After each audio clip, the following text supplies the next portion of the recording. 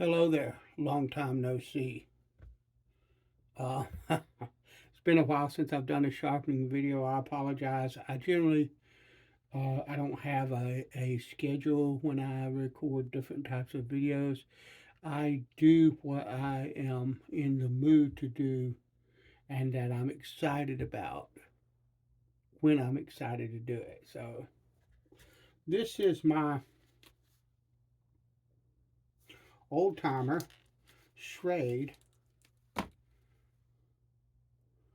165. It's a Schrade 1650T Woodsman.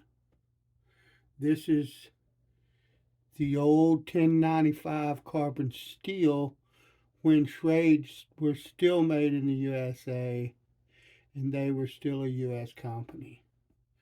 This knife has been a really good companion for hunting, particularly. And what I want to do with it now, it has a razor sharp flipping shaving edge on it all the way from the heel to the tip. But what I did was I laid it back on the stone and put a fatter, shallower, and when I say shallower, I mean like that instead of like that. That to me is shallow. Um,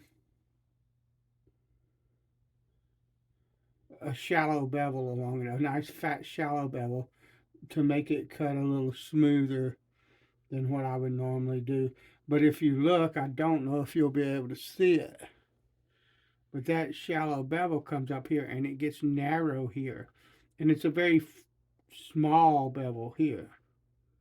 It's not as fat as it is down here. It's still razor sharp at the tip, yada yada.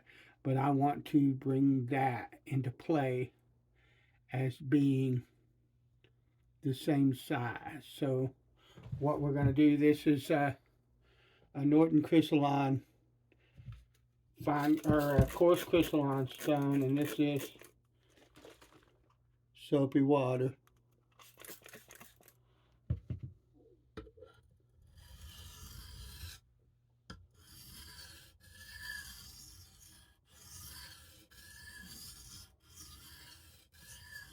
And I'm going to grind a large bevel. I'm just going to come here like this, and when I find that bevel,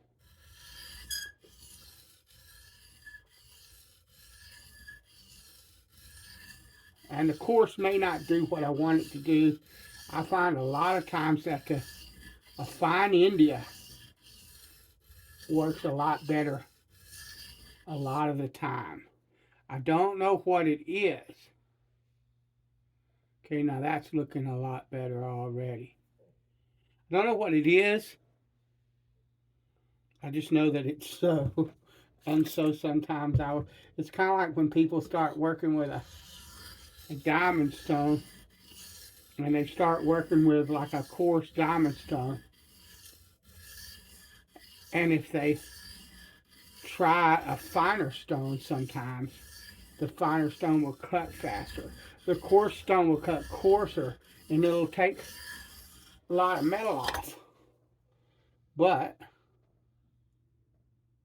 that's looking lovely.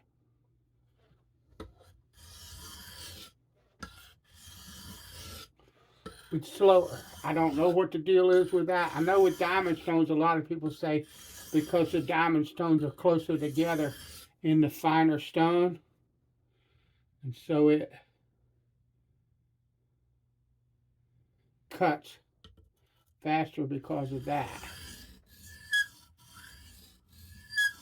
I don't know what the squeak is on that stone. I don't really care, except that it might be aggravating to you. But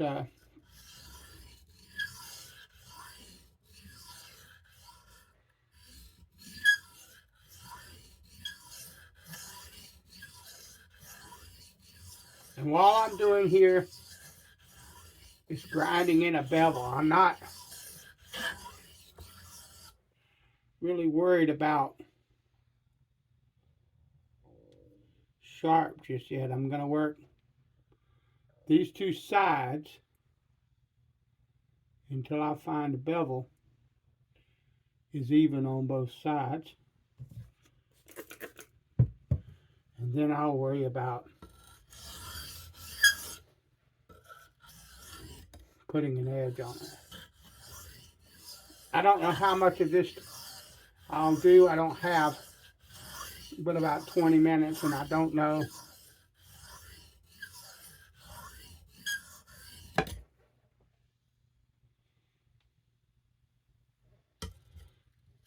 if I've got enough time to go all the way to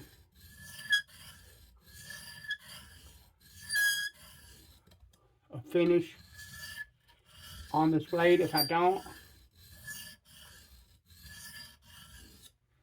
then I will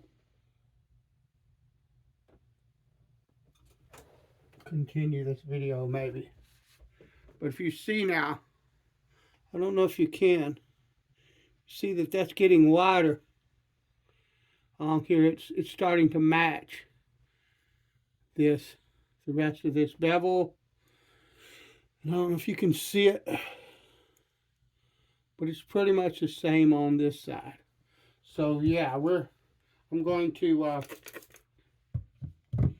grind this some more because I think that's not quite as good. What you can do is you can look, actually, that's pretty flipping even. You can look, I don't know if the camera will pick it up, at the bevel's shape at the very tip of the blade, and that's pretty darn good.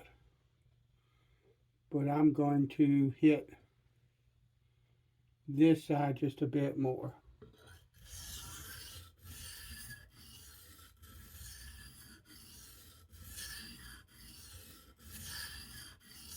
For those of you that might be interested in what's going on with my left hand that I broke several months back, it's still, this is painful to do, particularly right in here where the hand was broken.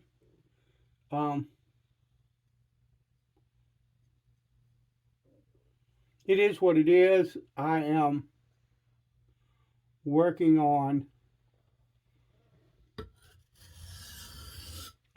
with it to try to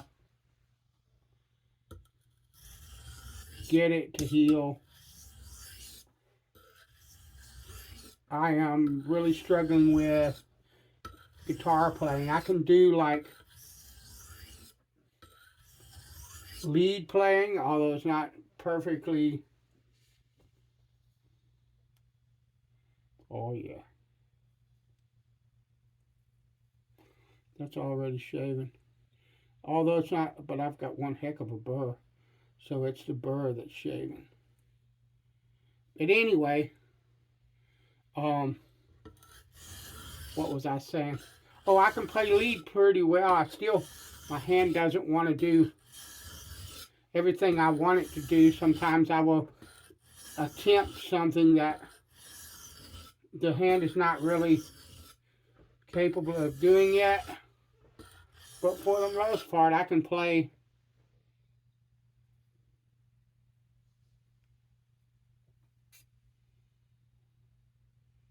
lead. What I'm having trouble with is making chords, particularly, for instance, a C chord. I can kind of mimic it here on my arm. Well, you aren't going to be able to see, but it's not,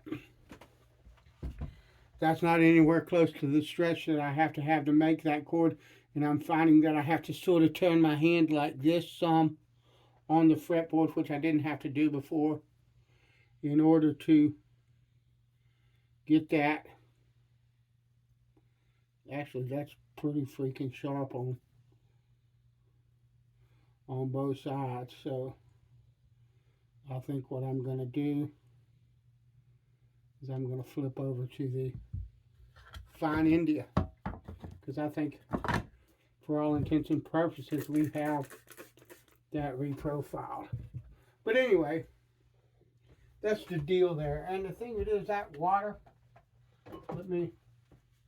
that water is not, it looks soapy, but I'm not getting any soap on the actual stone. And one of the things that I like about this soapy water is not just that it acts as a great lubricant, but that it helps to keep the stones clean because of the content of the soap that's in it. And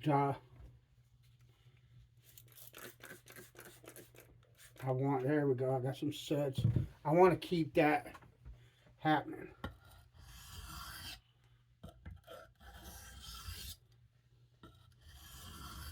But I have carried this knife a lot, and I actually want to do that again, carry it some more.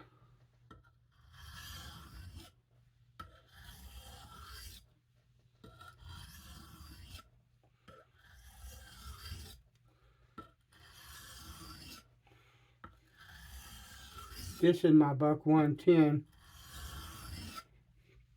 Of all the knives that I have that I've carried into the woods, I've got other knives as well that I haven't done. Everyday knives, everyday carry type knives and stuff like that. But I'm talking about for the woods. This knife and my buck 110 are the two knives that I've probably carried the most in the woods. And they are the two knives that I probably have the most confidence in.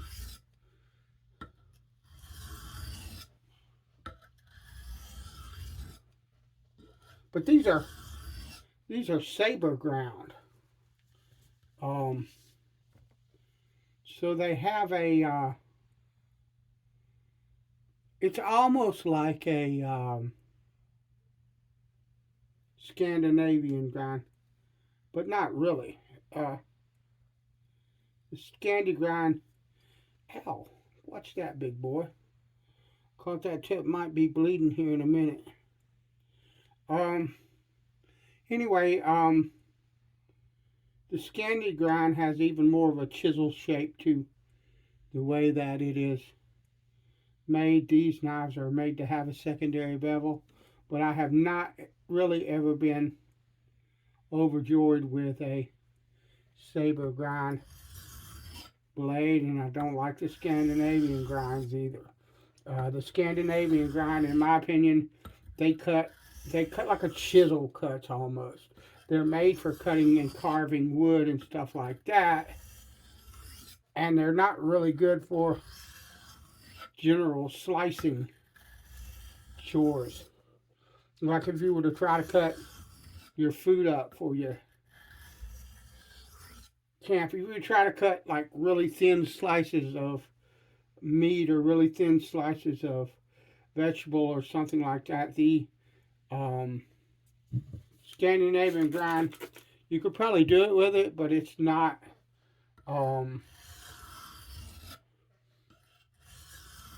it doesn't lend itself to that kind of action. And a lot of people say, well, the Scandinavian grind is a perfect woodsman's knife because it will cut wood and carve wood so easily, and I would beg to differ. It's a perfect bushcraft knife because the woodsmen that I grew up with and knew, they didn't go outside into the woods and start weaving baskets or making chairs they didn't do that. That wasn't what was considered being a woodsman. Okay, there's a difference between woodsman and bushcrafter. It's a perfect bushcraft design.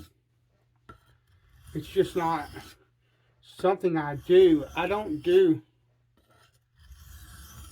bushcraft in the traditional sense. You will probably never see me, or very, very seldom will you see me, rather, um, go out and spend the night in the woods, pitch a shelter and make a fire and cut down, boughs for bedding and, um, make a bushcraft chair, or, I'm just not going to do a lot of that. I might at some point do some of that, not to be a bushcrafter, but just to have fun in the woods or do my take on that. If I can ever find a place in this area that I can do that in. That's the problem, is most of the places that I've got are public land. There's state parks and national forest, and the national forest around here does not allow anybody to wild camp. They only have designated camping areas. It's kind of like there's a state park here that allows what they call dispersed camping, but there's a camping area. And if they're allowing fire, they've probably got fire rings and stuff like that where you can set up tents and build a fire there on a little lot or whatever. That's not very much of an interest to me. So I might do that at some point if I can. I don't know about spending the night. The thing of it is, when I was younger, spending the night on the ground wasn't a big deal. Now, that's lovely. But I still don't like, it's not sharp enough for me. Anyway, but now, I'm not really interested in it.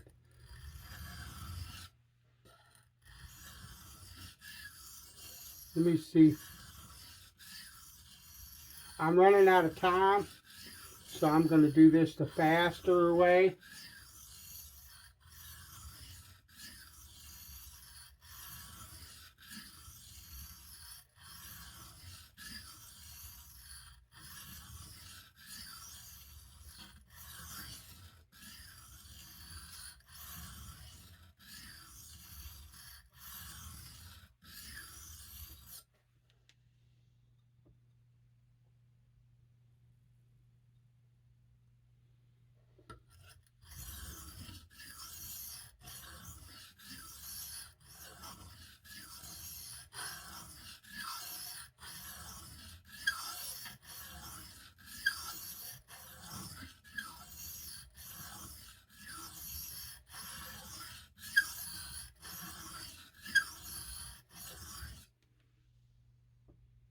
Oh yeah, need to do a little bit more though. But I mean, that's the deal with that. So, but if I can find a place where I can actually do an actual fire, I'll be all over that. I'll cook over open coals and that kind of deal. If I can, I need to find some private land, some land where that people own, and the government can't go, oh, you can't do that there.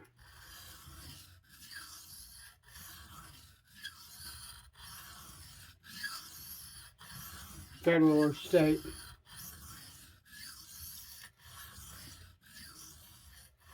So if you're a praying kind of person, pray that I would come across someone who has land like that would be willing to allow me to do that kind of stuff on it.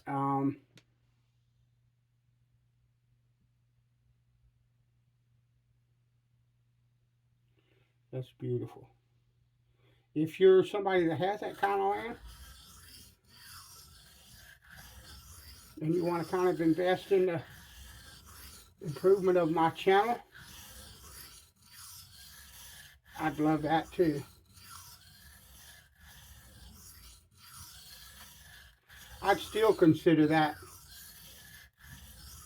like an answer to prayer and a gift from the Lord.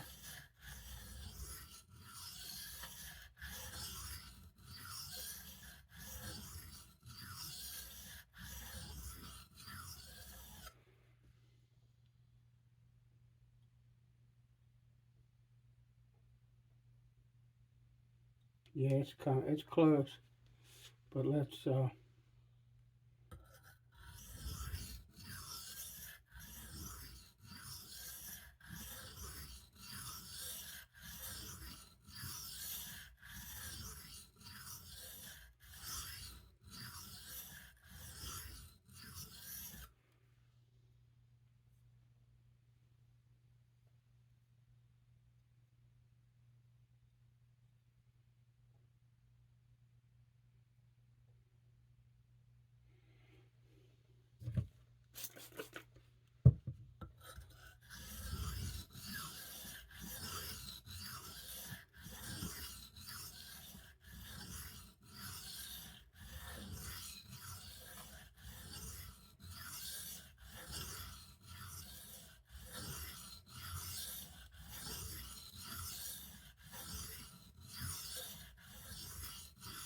I got a really nice burr from the heel all the way to the toe on that other side. And what I want to do is I want this as sharp as it can possibly be. So I want to turn a really nice, solid, full-length burr.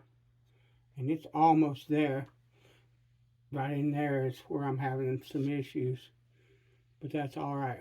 Anyway, I want to turn that to that other side.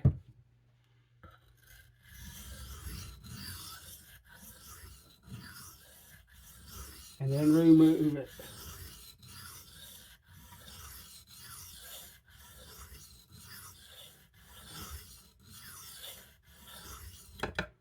All right now.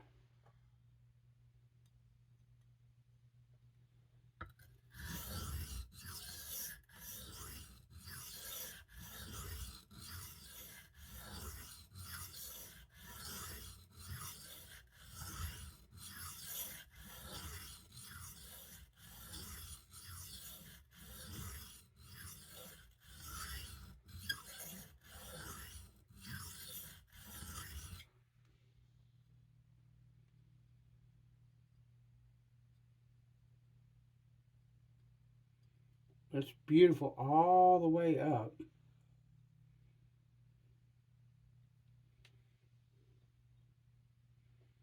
Until I hit like right there. Dang it.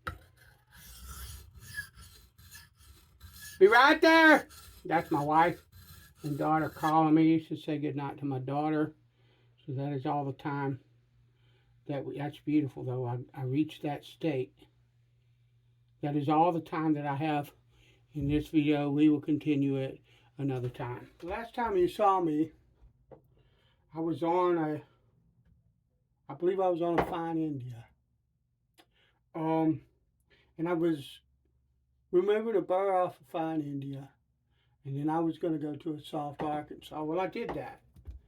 I thought that I got the burr off on the fine India. I couldn't find it at all. I went to a soft Arkansas and everything was good. And then I thought, well, the knife still is really hard. And it might benefit from higher polish. So I went to a translucent Arkansas. And after just a couple of minutes on this stone, I started kind of feeling the edge because I have a tendency to do that throughout the sharpening process. And lo and behold, there was a little micro burr, and it was like from here up to like right around there. And sometimes you would find it at the tip. So I tried the alternating strokes. I tried to get it off. It wouldn't come off. Uh, I moved back to this stone. Well, the first thing I did was I took a piece of wood and okay, because, or, and I also took the edge and did one of these numbers, because a lot of times you can take a piece of wood and roll that burr off to one side and then start sharpening it again and it'll pop off. Didn't work. It wouldn't budge. So I went back to this stone. No matter what I did, I couldn't turn that burr over to the other side. So I went through a lot of crap. Okay, I went through this. I went back to the soft. I went to a 140 grit Atoma. I went to a hard Arkansas. Not in those orders, but I went all over the place. I even went and tried a pasted strop. Nothing would turn that burr. This is something that you find a lot of times in really hard steel. And I don't know if I said it on the video, but this is a really hard piece of steel. This is 1095. It's not the 7CRV 7CR13 MOV or whatever it is that the modern old timer 165s are made out of. It's an older knife, and this is a really, really hard temper. I don't know what Schrade tempered their knives to back then, like 80s. Okay, but it's hard as crap. And sometimes with harder steels, that is what you will get, is it will roll a burr up and you'll play all kind of havoc trying to get it. I even went to circles on the edge. I even went to pulling on this stone to try to pull that burr off the side. It would not budge. The only thing that I could do is go to a 1000 grit diamond plate. Not that I tried the 400, it wasn't working. I think it was just too coarse, and it just, I don't know for sure, but the 1000 grit being closer together, that finer but aggressive diamond finally pulled the burr off this knife, and it has a razor's edge on it. So I could go now to a soft Arkansas, and then maybe a hard or a translucent. But to be completely honest with you, I'm flipping wore out. I spent like an hour trying to get that burr off. Okay, so what I'm going to do instead is I'm going to take this thing and put it on a chromium pasted strop, and we are done with this, because I about had all I can take. I just wanted to, I said that I would move ahead, and I did shoot a video. It's like an hour long, and it's a convoluted mess, because I went to everything I could think of to try to get that burr off, and it did not want to come. And the thing of it is a lot of people would have just left it. Okay, the thing of it is the burr, gorgeous.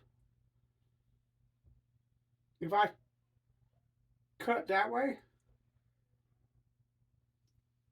with my right hand, it didn't cut really well, but it kind of shaved. But when I flipped over to my left hand, it shaved like a scalded egg, and I'm left-handed. So what you'll find a lot of people, that's screaming sharp, will do is they will say, well, it cuts fine in the hand that I'm going to use it in, so I don't care.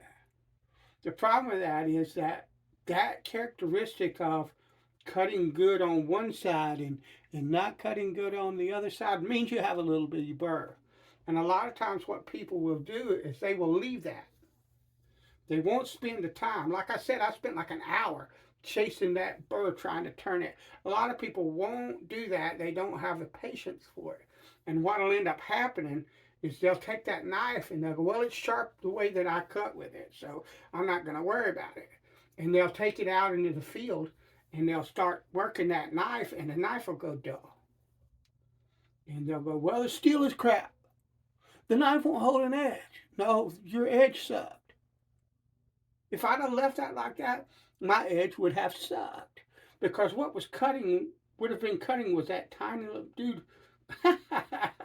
Was that? But I mean, the perseverance. I got a screaming edge because I persevered.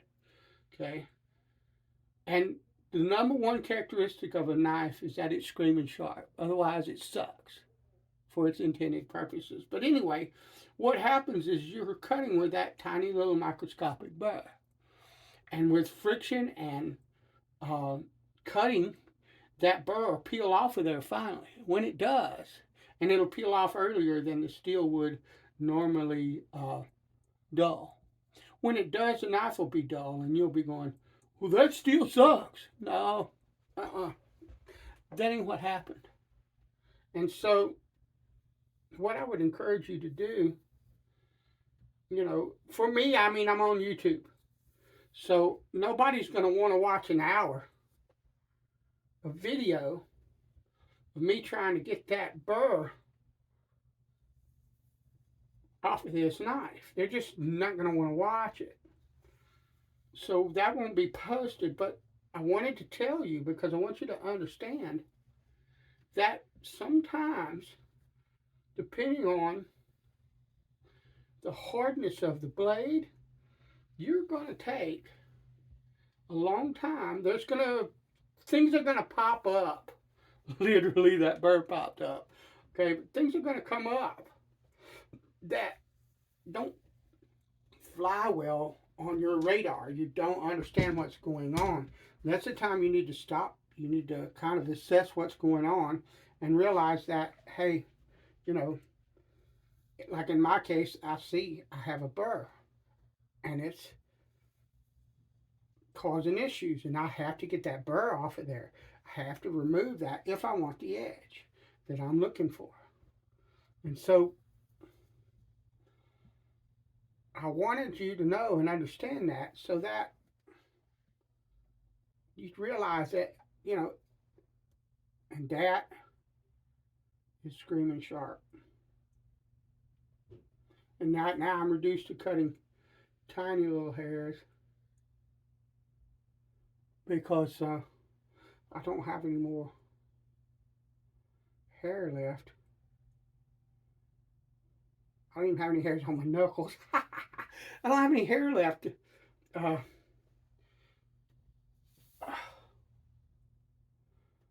have like fine hair, and I've got hair all over my arm, but you can't see it. You can't tell. This side is more hairy, but I want to test on that side, and it's just you're not gonna like that tiny hair right there. It's gone. I can feel the sharpness of the edge, and I can see those hairs cutting, but they're very small, and very fine, and you won't see them.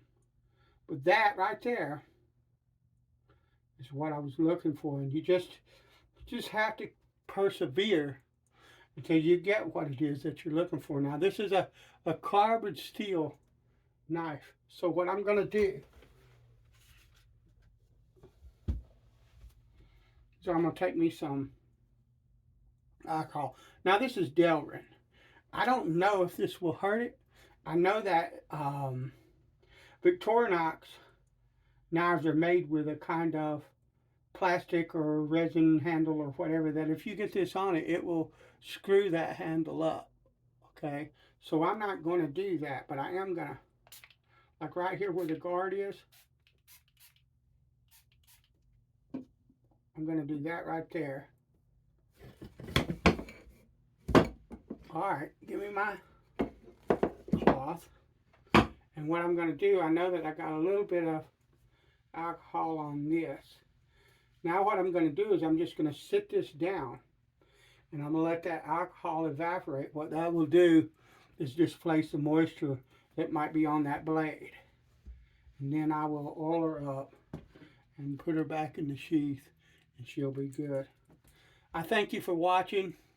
I'm sorry that you didn't get to see all of that, but like I said, it's too much. There's too much to actually show on a video. People won't watch it, and it would be a waste of my time to edit it because they're not going to look at it. Anyway, but that's it. That's that knife, and it's absolutely screaming sharp right now. It's profiled the way that I want it, um, and it should do everything that I want it to do in the woods. Thanks for watching, and I'll talk to you later.